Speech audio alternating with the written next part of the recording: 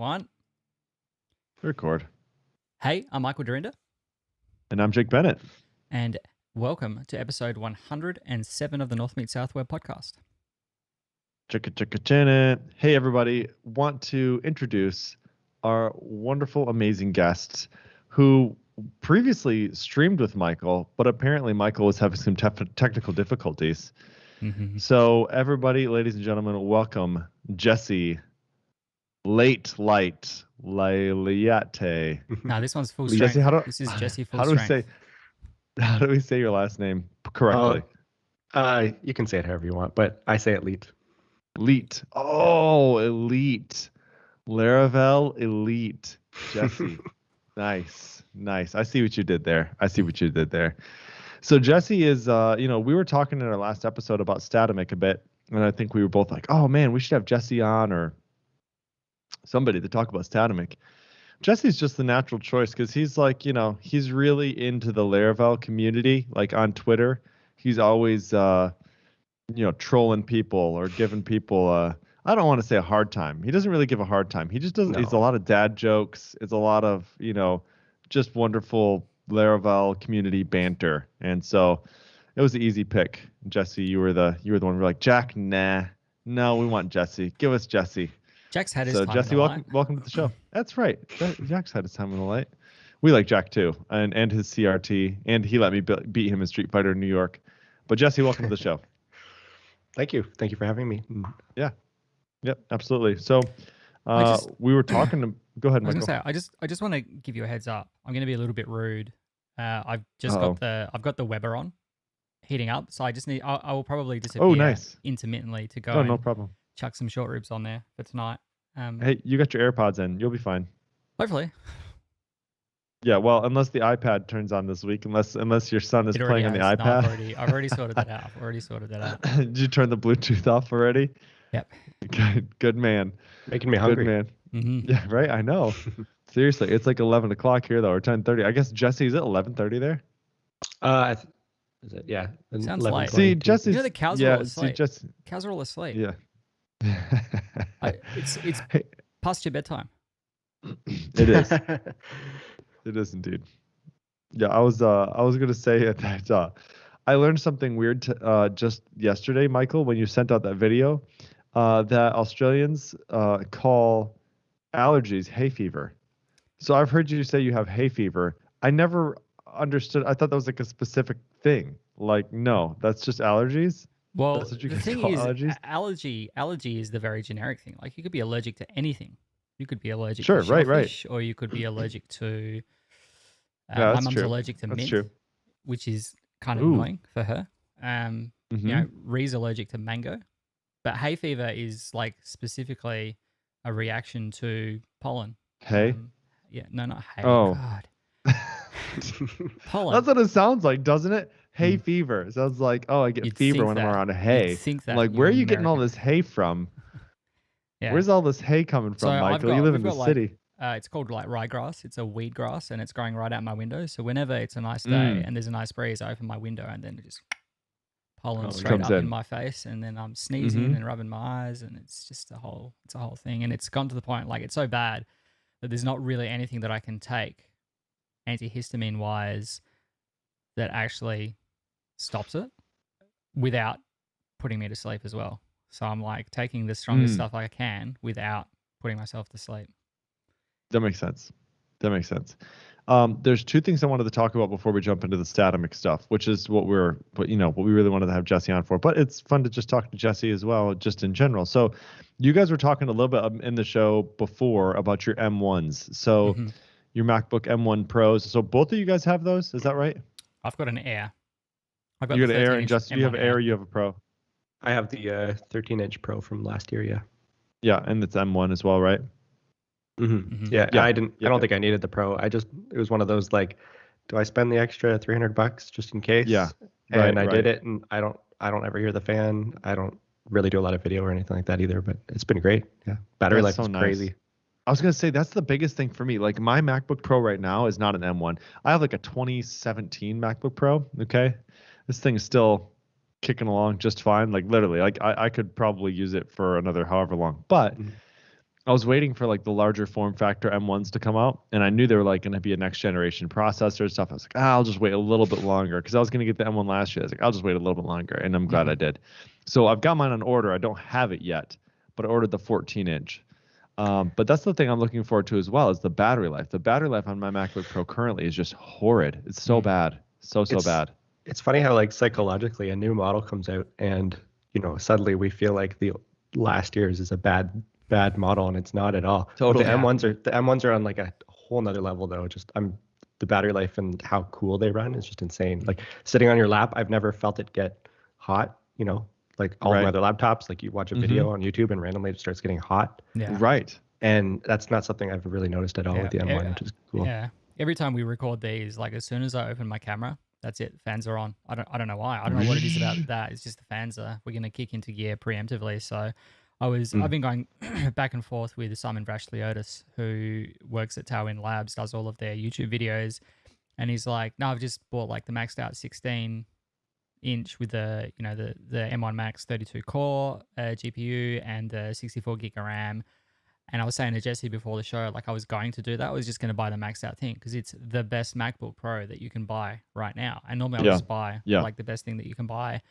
And the more reviews that I've watched, the less inclined I've been to do that, purely because for the kind of work that I'm doing, just using Vim and mostly in the command line, like, and even with Docker, using Docker and Sail and things like that on my M1 Air, which is only an 8-core, it's only got 8 gig of RAM.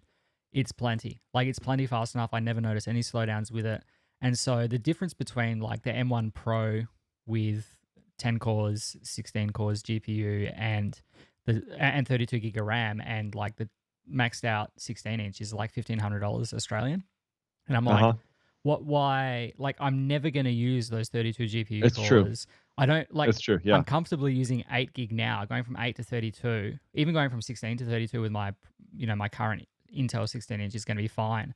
So I've been going backwards and forwards with Simon talking, like all of the reviews have been coming out and the comparisons, and there's like, everyone's comparing like the 14-inch and the 16-inch of the same spec and like the Pro and the Max and all of that kind of stuff. And Marquise Brownlee put out his like review at the moment and showing like the export times of an 8K, like that he's shooting on the Red cameras, like these high-end, tens of thousands of dollar cameras. And so he's got this maxed out M1 Max with, 32 GPU cores, 64 gig of RAM, exporting video a minute faster than his $50,000 Mac Pro with 28 cores, Intel, Threadripper with 768 gig of RAM. And this like $5,000 laptop is shredding it kind of thing. So that's crazy. The M1 Pro for my workload, and certainly my workload for the foreseeable future, just doing PHP, Laravel stuff, a bit of Docker here and there when I need to dip into an older PHP version or whatever, or spinning up MySQL in a separate container because I want to have different versions running. Like it's going to be more than enough, and people keep saying, no, you need 64. I'm like, you don't. On a Mac, you've never really needed, like the difference for most workloads between 32 gig and 64 gig is not, like it's negligible. You don't notice it. You're not using it. You might be writing less to cache in terms of that's a lot of Vim windows to get up to that size, to get up to that memory limits. That is correct. Yeah, Jesse knows what that's all about. So, but yeah, I wonder how many PHP Storm sessions I can get open before I hit that. Probably about 3. I think you'd open the 4th one and you'd start having some issues, I reckon. Yeah. No, I think the one I ordered was 32 gig RAM, and then I did get the M1 Pro Max or the M1 Max with like all the stuff. But yeah, we'll see if I end up using it or not. I don't know. We'll see. I'm excited to get it though. It is crazy though, like what our dev world kind of thinks we need versus what we actually need. Versus like if you were like doing a lot of crazy video rendering, like you have a YouTube channel or something like that. I don't know, like these just even last year's M1s were like an insane step up for a lot of reasons. Like people, the YouTube videos of the reviews saying, I'm using the Air and I'm rendering all my stuff and it's beating out my $4,000 MacBook Pro from last year. Yeah. And now we're looking at the M1 Pros and the M1 Maxes, which are like another leap forward from there, right? So I don't know. It's exciting. It's funny. It's exciting.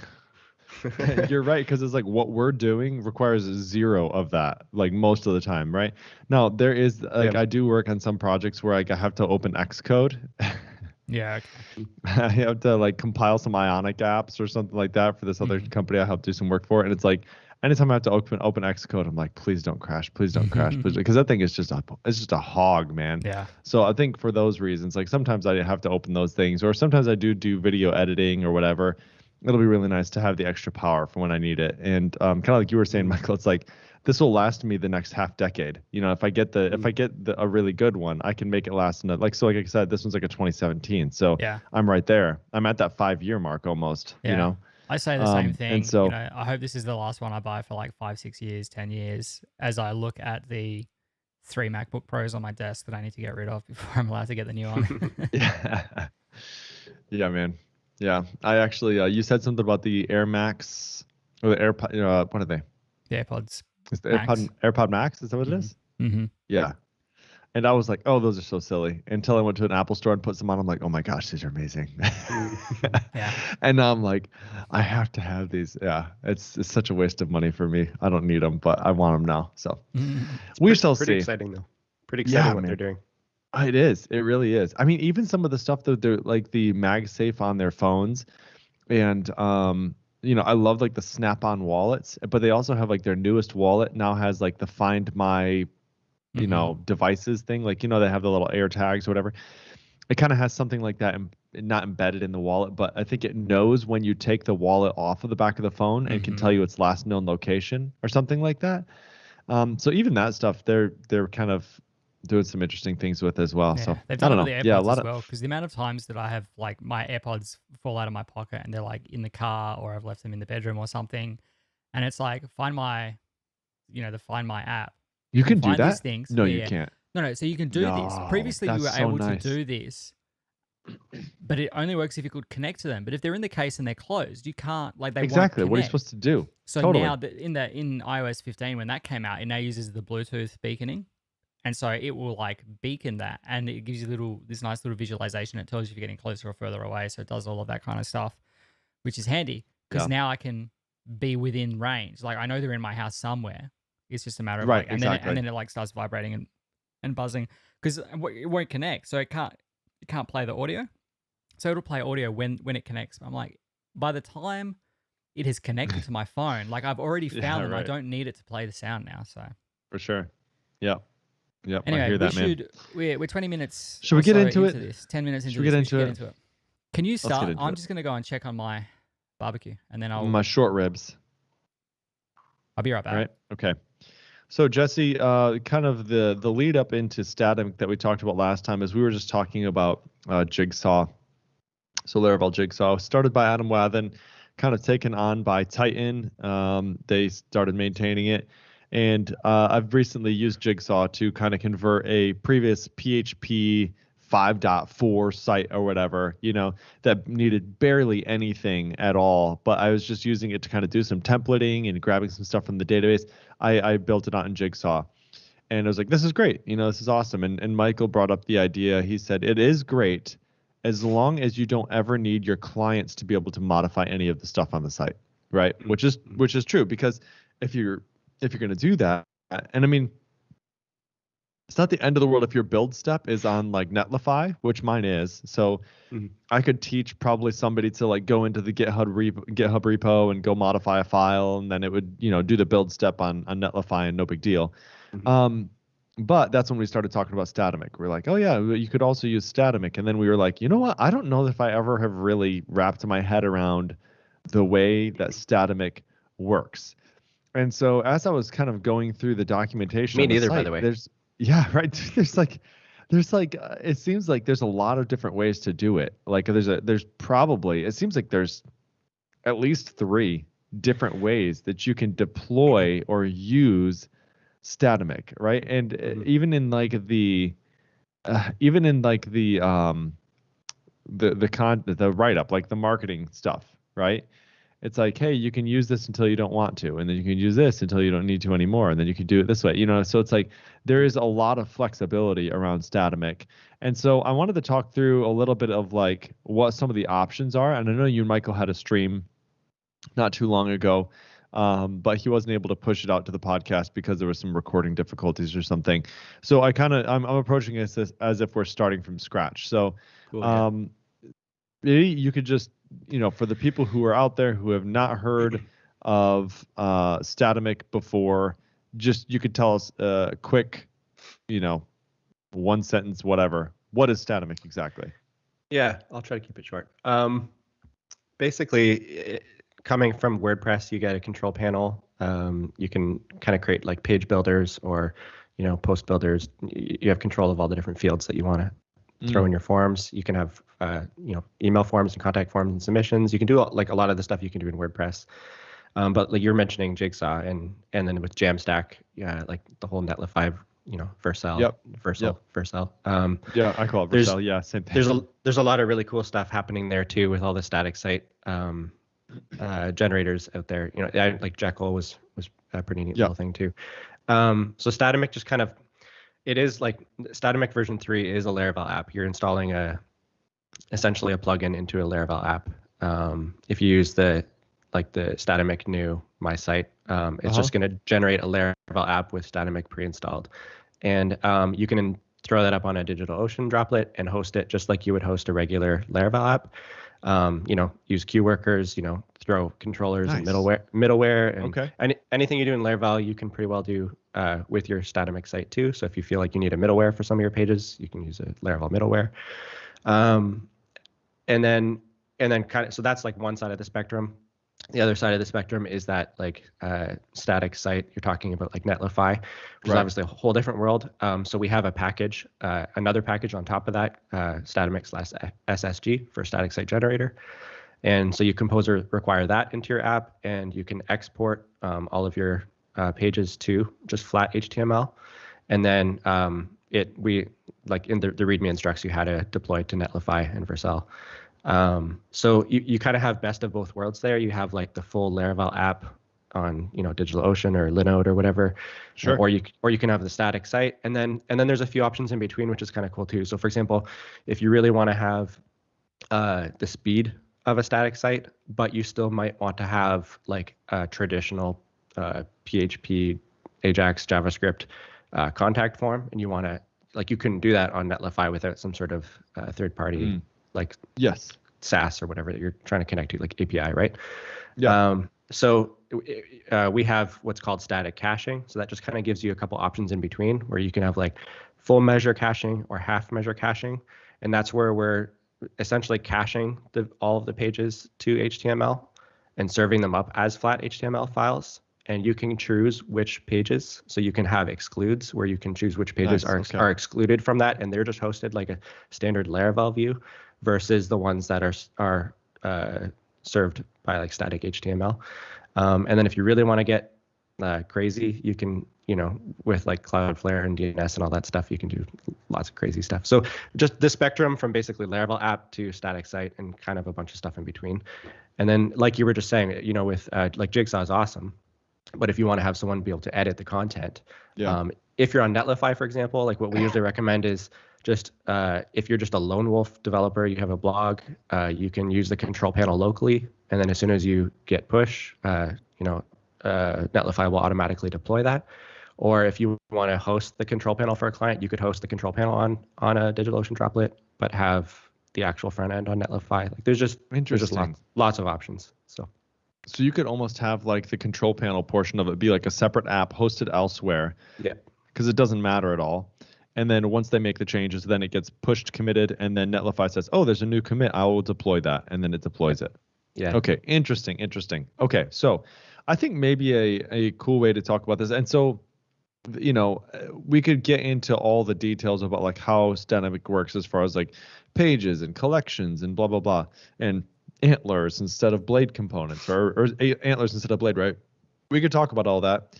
But I think the thing first for me to understand for what got this whole conversation started was sort of the things that you talked about, which is the different ways that you can deploy or utilize it. So I think maybe a good place to start would be to say like, okay, let's take like a use case. Let's take like a specific scenario and talk about what might be the best solution for that situation. So, in the case that I want to just do exactly like what I did with Jigsaw, right? I'm going to be working on this site locally. And then I just want to be able to deploy it that way. I'm going to Statamic new, set up a new website, right? Set up a new Statamic app on my local machine, and then I'm going to use the content management portion of it, the dashboard, to go ahead and create content, right? So I'm going to write up a new post. I'm going to build out a couple pages. That data that is in those that is being created from those pages, is that getting stored in my database, or when I'm saving that, is it saving it to a flat file inside of my repo and then I just get committing that, or is there a build step? How does that work? Yeah, so out of the box, Statamic is all flat file. Okay. So for example, all of your posts, all of your entries, your collection entries are stored in Markdown. With YAML front matter, with the YAML front matter has the IDs and the handles and dates and authors, different tags you might want to like, just extra metadata. But your post itself is Markdown. So if you really, just like Jigsaw, if you wanted to edit a Markdown file, there's nothing stopping you as a blog author from creating your posts in your editor in Vim, because that's obviously the best place to. Gosh, here we go. It's started. No. Use what you love. So it's flat file by default, but we have an Eloquent driver as well. So if you want to store your entries in a database, then that's totally legit too. You can do that. Yeah. And so whether you use the control panel locally or you edit the files locally, like you said, if you're saying with Jigsaw, let's say you're hosting on Netlify, then you could do everything locally with Valet or Docker or whatever, git push and have Netlify just hook onto that. Nice. So just I'm thinking is what you're saying, but I just wanted to clarify one more time for myself. I can edit it with my code editor. I could just go into this Markdown file with YAML, whatever, and I could just modify it straight like I would with Jigsaw. Great. But I can also use the dashboard, right? I can also go in there and modify those files using the dashboard, using the content management system, and it's just going to write that flat file out for me. It's not storing it anywhere except for that flat file. And then when I go to edit it, it just reads back in that YAML front matter, that Markdown, and just pops it into the editor in like my browser, right? And I can modify it from there too. Very cool. Okay, so that's helpful because like in Jigsaw, you have, you are editing just Markdown files essentially, but there's still like a build step, right? So with Statamic, it's just writing it where it's going to be as soon as you're editing it, and then you just literally git add all, commit, push, you're done. Yep. Yeah. There's no build step as far as just saving content goes. Very cool. Yep. Nice. Okay, that's awesome. All right, that's helpful. So then, sort of the next iteration would be, I want to, I suppose. All the way on the other end of the spectrum would be deploy it as a full Laravel app, right? Just put it out there. It's a full Laravel app. Nothing's really cached as a static file. It's just getting served from Eloquent. I can do all that too. So that's like the most WordPress version of it, right? And for me, I feel like I lose some of the benefits of Statamic if I do that, just because like I really like the idea of having all of my files stored in version control, like having to have a database. I think we've all probably been there before, where we've went to migrate a site and the code is there in a GitHub repo, but this database is like impossible to get to, or it got blown away, or I always have to worry about like, is it getting backed up, or it's on this old server and who knows how reliable that database is going to be. And so for me, like, I love the idea of being able to just store everything in the repo itself. But you can go all the way to the other end and say, let's just store everything in the database, just like WordPress would. And you just have like the stylings and some of that stuff like in your repo, right? We can do that side too, right? Yeah. And like I said, out of the box, it's flat file. So we try to give you kind of like the easier, simpler, Jigsaw, like, everything is flat file. You just git, commit, and push. The database is something that you opt into. So. And then the middle ground, which is kind of where Michael brought up last time we were talking, was okay, I can develop the site locally. I can do all that stuff locally. I'm going to push my files. But now I want to have something out there where my client can actually modify it, right? But I still want it to be able to be flat file, like in my version control, right? Exactly. So in that scenario, let's just go with this idea that, maybe we talk about Laravel News for a minute, because I think Laravel News is this middle ground, I believe, but they use that, they're usually caching, I think, like what you were talking about. Static caching. Yeah, I can't remember what their exact config is. I don't know how much of the database they're using, or if they're using all flat file. I think one misconception to probably get out of the way is a lot of people kind of assume if it's not in a database, it's not performant.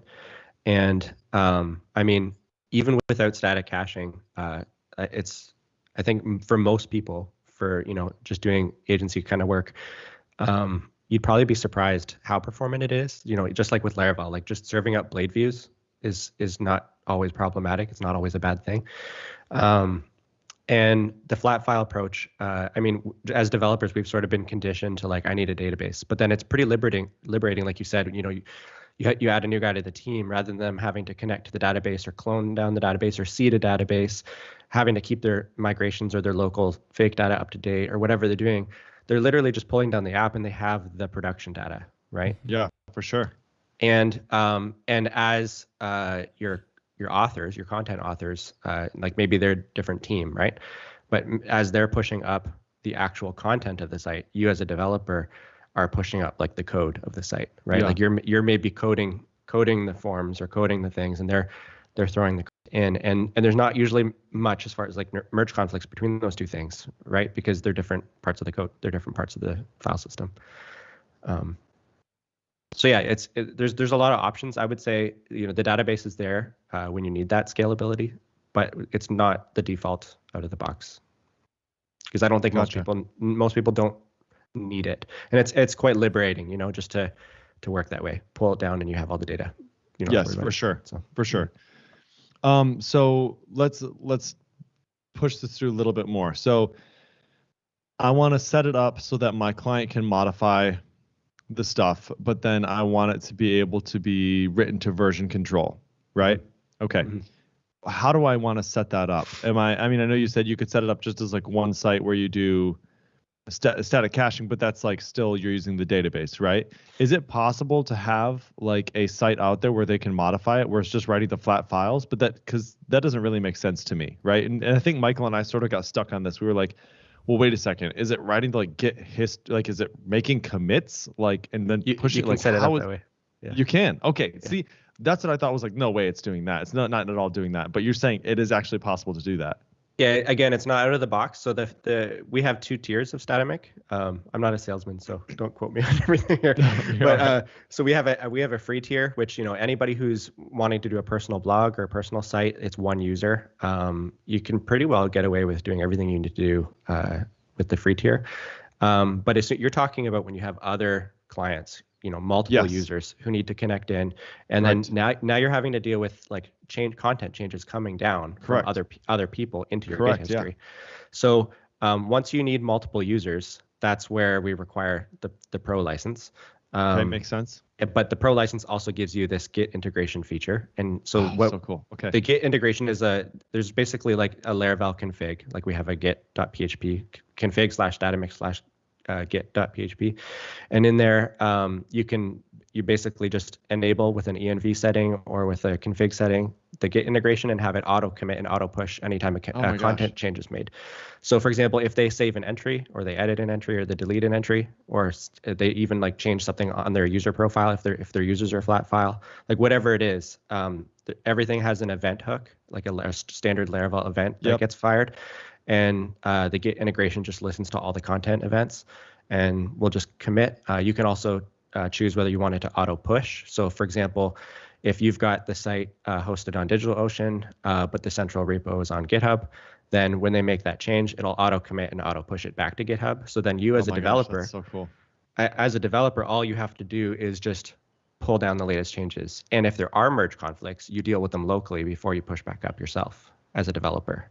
Yeah. Wow, that's insanely powerful. So Me and Michael were like, certainly they're not doing that. Certainly they can't do that. No, that's exactly what you're doing, in fact. And as far as performance goes with that too, it again with scalability and all that kind of thing. If anybody's worried about that, there's options to defer how it auto commits and pushes. So for example, you can have it auto commit and push on a schedule, maybe every hour or so, or if you want or if you wanted to just use a queue job like a Redis queue or something, so that it's doing it in the background rather than on the save request, for example. That way you keeps the control panel snappy for the client, for your client, but it's still auto committing, pushing in real time. So there's lots of cool options under the hood there, but essentially, yeah, you can have it auto commit, push back to GitHub. So. And that would be something you'd just probably have to like communicate to your clients. Like you'd have to be like, hey, listen, like I know you're going to change stuff. Just know that like it's going to push up changes on the hour, right? Like you can expect changes to be live as of like, if you're modifying it at like 12:30, look at the website at 1:05, it'll be live then, right? Because we're not, we're doing these commits on the hourly basis, and then the site's going to deploy, give it a couple minutes to deploy, right? It's sort of probably just setting expectations, because a lot of people are probably like, well, I pressed the publish button. Like what's happening? Like, why is it not live right now? And it could actually be, if you're hosting everything on a DigitalOcean instance, it'll be live as soon as they save it. It's more. Sure. It's I was thinking, pushing it back to GitHub is the thing that you're controlling. So if you're thinking like the separate server for a control panel and Netlify, then there might be like that gap just for deploy time or whatever. Yeah. Wow, that is so cool though. That is pretty awesome. Okay. So that's still flat file. That's like still using the flat file driver, not using Eloquent at all. Yeah, totally. That's just using that. Right. Okay. So you have like single user flat file. You can just do that locally and then push up and commit and do any of that. Then you have like multi-user. You have to have the pro license, but you just put that out there, host it as like a PHP app, and then they can make file changes, but it's still flat file, still gets pushed into your GitHub repo. And I'm sure like when you do that, like your GitHub repo probably looks crazy too. Like your main branch or your master branch has probably got like 1 million commits if there's any active work being done, right? It just depends how many authors you have. Like if you had 5 people on it, it might not be so bad. But if you've got, now, is each person signed up as like a Git author, or is it just like you have like in the Statamic Git config or whatever? Do you just set up like here's the author we're committing as? It's just a single you set up like you can have it Spock or whoever you want it to be. That's the automated Git committer. Nice, I like it.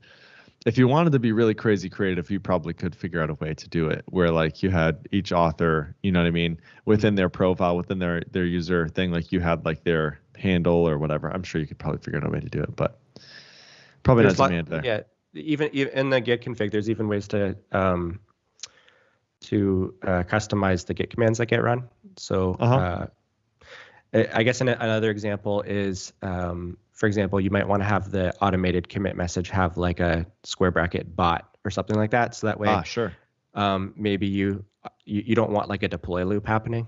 Depending on how you have, like if you have Forge auto quick deploy setup, you don't want this like circular deploy loop happening where you push back to GitHub and then it redeploys back out. So in your deploy script on Forge or deployer or whatever you're using, if you need to have an extra hook there, like anytime there's a commit that comes through with bot in the commit message, don't do this, there's just a ton of customization. It really depends on your workflow, but without getting too technical, like out of the box, it's really just a matter of, if you need that multi-user like push back to GitHub functionality, it could be just as easy as just enabling auto commit and auto push, and you're done, right? That's pretty cool. That is pretty freaking cool. Okay. So then the static caching stuff. You mind if we jump into that a little bit? So you said there's like sort of 2 methods or 2 versions of that. You called it like half caching or full caching, or what were the words you used there? Yeah, I was actually just talking with Jason about this a week or 2 ago, refreshing my memory on it. But he's the expert there. Basically, we have full measure caching and half measure caching. Okay. So full measure would be going full out, just like you would be using that static site generator package as a build step on Netlify. So Netlify would run the ssg:generate command, right? And so as you push to GitHub, the Netlify would build it and deploy it from there. Okay. The static caching is sort of that in-between option where maybe you want to have those static HTML pages, like flattened HTML pages for most of your routes, but maybe for specific routes, you want to leave them as regular blade antlers views or whatever, right? Sure. Because maybe you have a page that has more like dynamic PHP going on and you don't want to have to connect out to third-party APIs and stuff like that. So the full measure caching basically acts just like how the static site generator does, but you can host and then you're also putting a step in your Nginx config or your Apache config. So just saying if an HTML file exists in this folder, just to bypass Laravel's routing, bypass all of that. So you're serving up the raw HTML file just as you would be on Netlify, right? So it's a real quick and easy solution if you kind of want that on most of your routes, but then you have the ability to exclude specific routes and have like full dynamic Laravel app on other routes, like maybe your contact form or something. Okay, sure, that makes sense. Yeah. And then half measure caching is more just like the artisan, or sorry, the Laravel cache. So rather than everything being actually generated into like flat HTML files on the file system, the half measure caching is taking those full HTML, like it's rendering the HTML and then throwing it in just a Laravel cache, whether that's Redis or whatever it is. So it's I guess it's sort of akin or similar to how like Blade has like a view cache. View cache, sure. Yep. Right. But it's a little deeper than that because it's still rendering the HTML as if it's like generating a static site. But it's putting that full HTML into a cache. Gotcha. So that's sort of like if we were to recommend to anybody who doesn't want to get into DevOps kind of stuff, but just wants a quick, like low hanging fruit performance optimization, the half measure caching is like a real cool option. The full measure caching and the static site generator is if you want to really push that. Yeah, so, right. You really want to go all the way in on the static stuff. Right. Exactly. Yep. And then probably you'd probably have to take things into consideration, like what you're talking about with like the contact form and things like that. Because if you're doing full measure caching, you basically don't have the ability to do that anymore, right? Well, yeah. I would say this with full measure caching, you do because you can exclude those routes. Okay, sure, that makes sense. It's when you use the static site generator package on Netlify that you don't have the ability to do that, right? So full measure caching is that. But you have the ability to run certain pages or routes dynamically while others being static. And that wouldn't be hosted on Netlify. That would have to be hosted on a more traditional server or whatever. But Gotcha. Yeah. I actually have also on Netlify, they have these they have these little lambdas you can basically create as well. I don't know if you've seen that before. I don't remember what they call them. I don't remember if they call them lambdas or what they call them. But basically, these little scripts that you can send up with your site, and then you can invoke those node scripts. Cool. So like, yeah. So we've got a full static site, and then it's like we did need this like contact form, and it's like, well, man, I don't want to like deploy this. So like for me, the big benefit is like with something like Netlify. It's free, and I can just chuck it out there, and I don't have to worry about like, is the PHP version out of date? Is Laravel up to date? Is it going to get hacked? Is it blah, blah, blah? Like all that stuff, right? Like Netlify, I just chuck it up there, and I know it's just HTML pages. Like nothing's going to happen to it. It's there forever until Netlify goes out of business, right? Or until they start making me pay for it, which I'm happy to do. So for me, it's like I want to use that as often as possible. So if I can get away with like full static caching and not have to worry at all about a database, I'm on that train. You know what I mean? Yeah, like, it's pretty cool. I mean, that static caching, the full measure caching that I'm talking about, it does give you kind of best of both worlds, but you would be hosting it on a more traditional server. But like you said, when you hit those routes, if an HTML file exists, it's not even touching your application, right? Right. That's the idea, is that the Nginx configs, has that one rule. I forget what they call them, rewrite rules or whatever they are.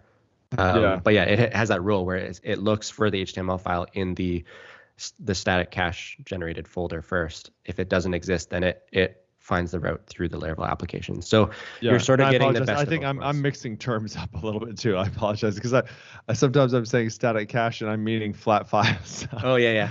I'm just all over the place here, dude. So yeah, I'm sure I'm doing a absolutely wonderful job of explaining to everybody out there what my thought process is. But I appreciate you being patient with me on it and help me understand and walk through it, because it's good to know kind of like all the different things that you could do.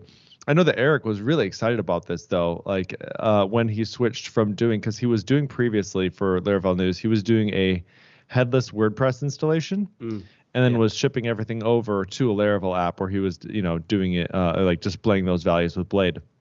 And then when he switched over to static Mic, it was like, oh, this is awesome. And I think he's doing the static caching and it was like really, really, really performant. I'm curious how he does that though, because I'm pretty sure he has like partials in his page, which are going to change out on a really regular basis, like, sponsors. Like, he has like a sidebar over on the side that's like that's not static ever, probably. That's probably changing on a pretty regular basis. But the rest of his stuff is likely static. Like once you post a blog post, it's very rare, it's probably not going to change, right? He doesn't have comments or anything. So it's just sitting there, right? Yeah. Sorry to jump in. That's a really good point about the headless thing too. I don't fully know what Eric is doing with Laravel News. It's pretty cool what they've come up with though. I think Zango helped them with that too, didn't they? Yes, they did. Yep. But the headless thing is really cool. Like Jason built, we have like a REST API, and Jason built. Oh, you guys have this as well. And Jason built like a really cool GraphQL layer if you're into GraphQL. So if you want to have like you can have the control panel hosted up on your regular DigitalOcean server for your clients to do whatever. But if you wanted to, I don't know, have some sort of mobile app or something that's getting all your static flat file data, like it might be all stored in Markdown files in the file system, right? But through whatever caching options you have, like you can grab that from the REST API or from the GraphQL API as well. So that's pretty cool. That's pretty cool. Did not realize that. That's really nice, dude. I've started with like GraphQL, and I was like, yeah, I can't do this. That's why we have both. We started with the REST API because it's the traditional comfortable option. Sure. But there's a lot of people asking for the GraphQL, and it's pretty powerful what it can do as well. So we just offer both. Yep. For people who can like wrap their brain around it, or who have like the stack set up to kind of like where they need that, then I think it totally makes sense, right? For me, it was just like, it's not really anything I need right now, and it's probably just lazy. It's probably just me being lazy, at the end of the day. a lot of this stuff we're talking about is not stuff that most developers need. Like I don't want to make it's same with Laravel too. Like just us talking about all the technical things might scare someone off from using Laravel.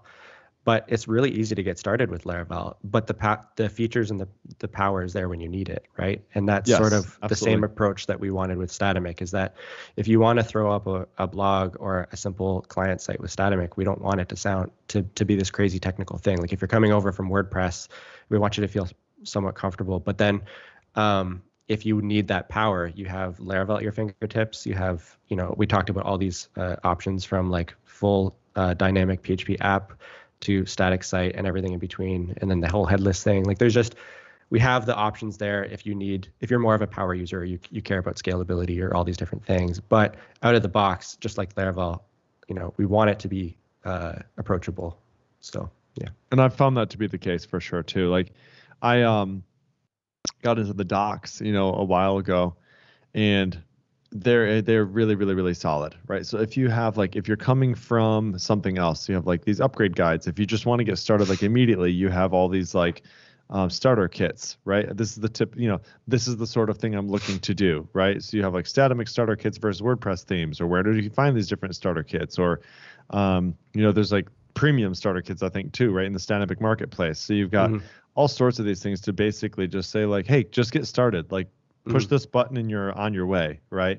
Yeah. And so for anybody who's doing PHP or Laravel development, I do feel like it's really, really approachable. And then Jack's got these screencasts out there as well. And the thing I like about the screencasts too is that they're really digestible. So like, he's got like his installing Statamic 3 is 1 minute and 36 seconds long.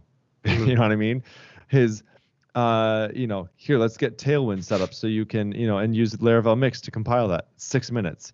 Hey, let's create your first user. It's 1.5 minutes, right? So all this stuff is just these really digestible little chunks of like, here's how you do this one specific thing. So you don't have to like try and search through a half-hour video to try and find that one specific piece. I just need this one spot, right? How do I do this? So between the documentation and the videos that Jack's got out there, I feel like you guys have done a really good job with like, accomplishing your stated goal, which is to make it really approachable.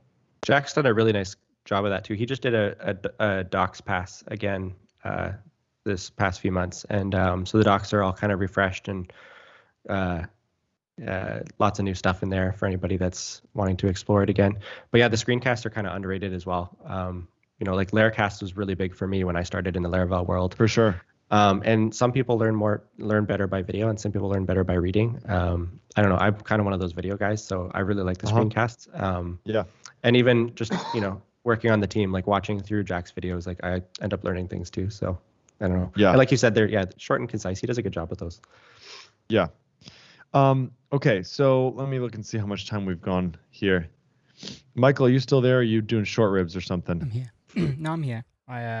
It's camera. I think I figured it out, but I know the camera's been freaking out, dude. I had to turn it off because I was like, I can't deal with it anymore. It was like flickering in my face. So anyway, it's hard for me. You just can't see me now. Gotcha. Okay. So because I've just been kind of talking because I didn't know if you were back or not, Michael. Do you have any questions you want to jump in here so I can, just give you a chance to make sure you have any time to ask any questions you'd want to? No, I think you covered off pretty much everything that we sort of brought up last episode in terms of the authoring experience, and I think that's the key. Being able to either as a developer like you and I, like we said, we can do it all locally, and we can do a git commit, we can push it up, and we can have Netlify build it or whatever. Being able to host it on just like a normal Forge server or using DigitalOcean or Linode or whatever is that's pretty straightforward as well in terms of just running a Laravel app and then having the full measure or half measure caching as and when you need it is all pretty simple. And then the pro features of having the git commits. So, if it's an hour, you don't get the granularity of like that version history at that interval, but you've got something in version control at least. If you're only writing your post and then hitting submit at the end of it kind of thing, then that's a good thing as well. And it's nice to sort of get a real good understanding and a good feel for what those different authoring workflows look like. And I hope, anyone that was maybe looking at it, either using Static for their own website or if they were considering using it for client work, that they can rest assured that they can still do that quite easily, however they feel comfortable, because it sounds like Static certainly provides different options. And then the headless approach as well.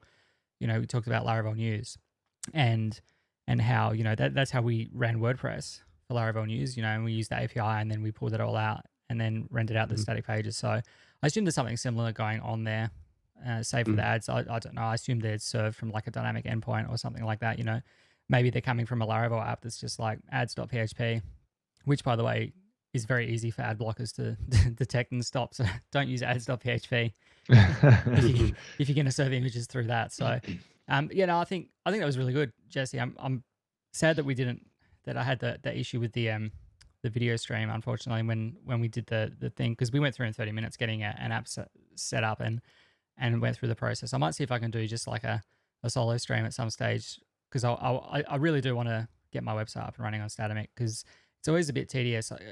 Not that Nova's tedious, but just the process of like writing a post and then I've got Cloudflare caching it, but then busting that cache to get a new post to appear, and then like if you cache the index for because I'll write the post during the day and then I'll schedule it for the middle of the night when most of my audience is around. So 1:30 a.m. I'm not going to be there. But if Cloudflare is cached that when the tweet goes out to say here is my new post, and they go there, and then it's like because they hit a cached index.php, there's like nothing there.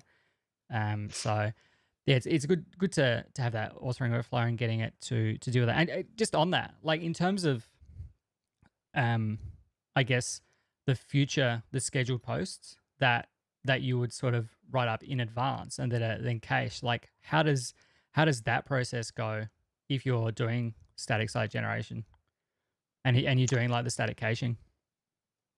When you say future posts, just as far as like scheduling future posts, Yeah. So like if for I say future like dates. I've written a post today and I want it to go live tomorrow at 1:30 a.m. and I push that, I deploy it, it goes onto Netlify. Like how does Netlify know that at 1:30 a.m. it needs to like regenerate that cache so that post appears? Yeah. Okay. So you'd have to get a little bit clever there, but so let's just start with if you were on a regular Laravel DigitalOcean server or whatever. When you schedule a post for a future date, it's just hidden from the front end view. If you're in a dated collection where you've specified, only show posts from like, past to today sort of thing, and then future posts are just hidden, or you can draft a post and then publish a post, that sort of thing. So obviously Netlify isn't going to know when to show that because it's just flat HTML. So I think a common approach then is just to have like a once a day deploy trigger. You know what I mean? So we're like at whatever you want to do, like 12:30 a.m. or something like that. It's automatically just going to generate the static site. And when it generates a static site, it's essentially running like it's an artisan command in the background, right? So it's running a Laravel application, it's checking the dates and everything like that.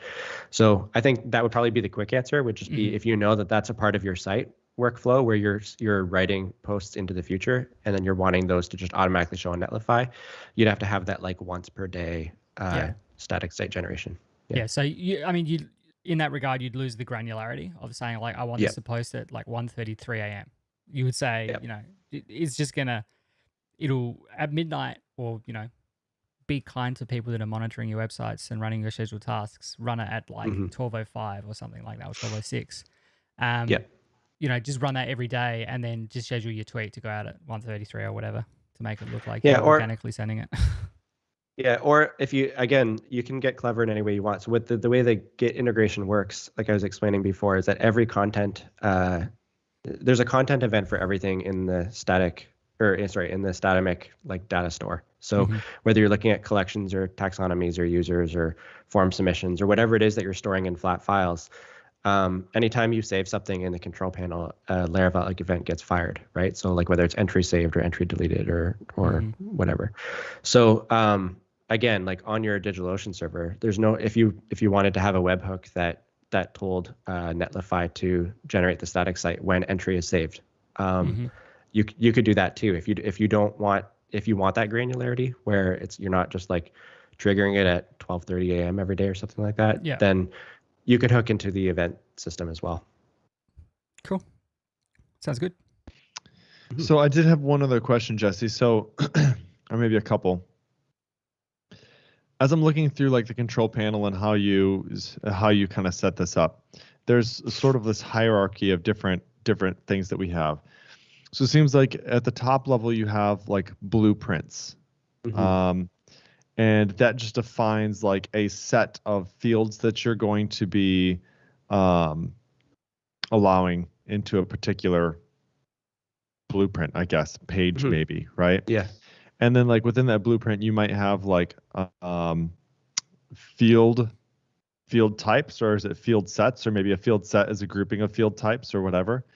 And then you kind of just say like, here's the ones that they're going to be in, and here's the order that they're going to be in. So blueprint just basically says like, if I'm defining like a blog post page, here are the things that you need to fill in order for that to be completed. So I have like hero image, then I have intro, then I have author, then I have template, then I have content. And those are like my fields, my field types that I'm going to have defined for this blueprint. And then each one of those different field types gets defined on its own as well, right? So you have these different field types. You can create your own, or I think you can even pull some in. Can you, like, does Statamic Marketplace have like field types that you can pull in, or is there packages and things like that you can pull in? Yeah, so all the default field types out of the box, there's lots of common ones like text and date picker, and I think there's even some crazier ones like a code field and a color picker and things like that. Okay, sure. Kind of the popular one for authoring is our Bard field. The Bard field is sort of like what does WordPress call theirs again? Gutenberg or something. It's sort of like It's sort of like that dynamic page rich text. Yeah. It's like a rich text. It's storing in between your blocks of your paragraphs of your text, you can have like, a floating image to the left or the right or the center, or you can, the cool thing about Bard though, is that you can define like what those sets are using other static fields. So for example, if you have a custom field that you've generated and you have a specific way you want to render that in the middle of your content, that can be a set within your Bard. There's a lot. So that was my question. That was like my next question. Because the promise of WordPress is always like, oh, you can like kind of go in and, we're going to set the page up like this, but you can change it if you want. And that has never actually been my experience, right? It's always like this mess of a nightmare of like, it's terrible. Yeah. I can't comment on WordPress because it's been a few years since I've used it, but, and it's possible. I just don't know what I'm doing too. But it feels like, depending, I suppose there are certain themes where they've got it figured out. Like it works well. Right. But my question is, like, if I'm working for a client and I know that, they've got 8 pages that they've showed me, and they just have a designer that's like, got them mocked up for me. Right. And I look at them and I say, oh, I see like a lot of commonalities between these different pages. So I can kind of like slice them up into like their own fields. Right. I'm going to say like, hey, this is like a testimonial field. I kind of know this is what this is going to look like. Or I have this icon set of field where, think about how Tailwind components are broken out, right? You just have these different sets of things that are just always, they're this way, right? And so if I wanted to define some of those, and if I do a really good job of defining those, then what I could do is I can hopefully give my client an authoring experience where they're then able to have like a component library that can pull from and say, I want to use the icon set here, right? How does that work really? Because like with these blueprints, it's sort of like, oh, well, like am I hard coding like the order of them here? So I'm like, how do I kind of do that where I have like a content field, but within that content field, I need to have that icon set. And it's a reusable thing. Yeah, like right, exactly. You're essentially asking how to reuse fields and that sort of thing, or reuse custom fields. So so we have blueprints is like the top level thing, and that's the blueprint is sort of the hard coded bit, right? Like the blueprint for an maybe you call it an article on Laravel News or whatever, right? That would be hard coded for the article. But then within that, we have what's called field sets, and a field set is just a grouping of fields that you might want to reuse in multiple blueprints. So a quick one that I like, a testimonial might be a good one, where maybe you want to have testimonials used in different types of posts or different types of collections. And maybe that testimonial is like you have a specific Tailwind layout for that with an avatar on the left and a little cool quote and title, name and title, that sort of thing. That testimonial can either be a field set of other fields. So it might have like an image field for the avatar. Yeah, that makes sense. A text field for the title, and maybe a little markdown field for the description or for the actual testimonial itself. And that field set is comprised of those 3 fields. And the grouping is the field set. And that field set can be reused anywhere, sort of like a partial. Gotcha. And then you can associate like a partial like blade component or antlers file to go along with that particular field set as well. Exactly. You can do that. So that part of that testimonial could be a template field if you want to have a specific template. And then if interesting. So like as part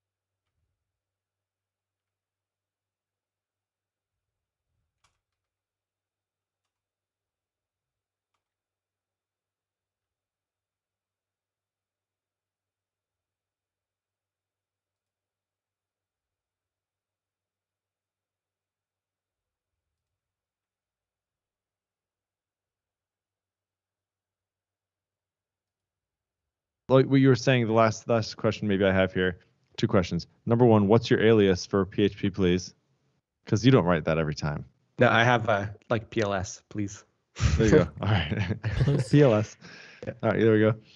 And then the second one was just for my clarification. What you were saying previously is that you can take like a field set and you can ask for that to be embedded within a Bard content set. But then within any portion of Bard, you can say, yeah, in here, I want to inject this custom field that I have. Or it doesn't have to be a custom field. Just could be, your testimonial field set, right? You can just say, put the field set right here.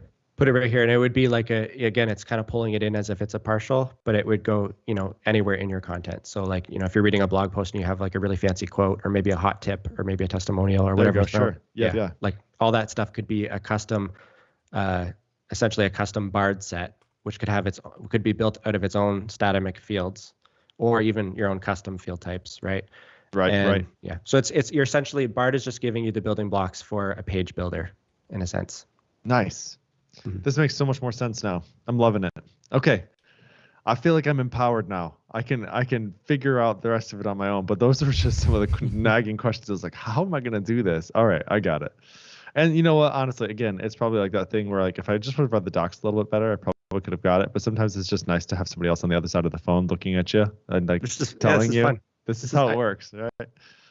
That's kind of how I was with Laravel too. Just watching Jeffrey Way do all the Laracast, it's like things clicked for me in a way that reading the docs didn't sometimes. Yeah. Which the docs are incredible, but that's just how my mind works too. So love it. That's super helpful. Okay. Well, that is great. Michael, do you have any final questions for Jesse before we wrap the show up here? We're getting pretty close. We're a little bit over an hour, so. Yeah. We I don't know, my Skype died a little bit there, so we lost a chunk there. Yeah. No, I've got nothing to contribute. I think Jake, you covered off everything that Jesse and I went through on our failed live stream. So that was fun. That was fun the other night. It was fun to do it. I just wish that we were able to, share it. So that's fine. That's I think that's all we got. I think this was a good episode. I think we should awesome. Wrap it. Okay, sounds good. This was episode 107. Was it 107? Yeah. I think it was 107. It's episode 107. Thanks so much, Jesse, for joining us. Really appreciate it. Everybody, if you want to find show notes for this episode, you can find them at northmeetssouth.audio/107. Feel free to rate us up in your podcatcher of choice. 5 stars would be absolutely amazing. Jesse, where can people find you on Twitter? I'm not sure you want to, but JesseLeet85. It's kind of hard to spell. We'll put it. We'll drop a link in the show notes. And Jesse, anytime we have a guest, we always like to try to give them a chance to shout out anything if they'd like to. Is there anything you want to let the people know about? Thank you to the Laravel community and. All right, perfect. I'm gonna go ahead and save that bad boy.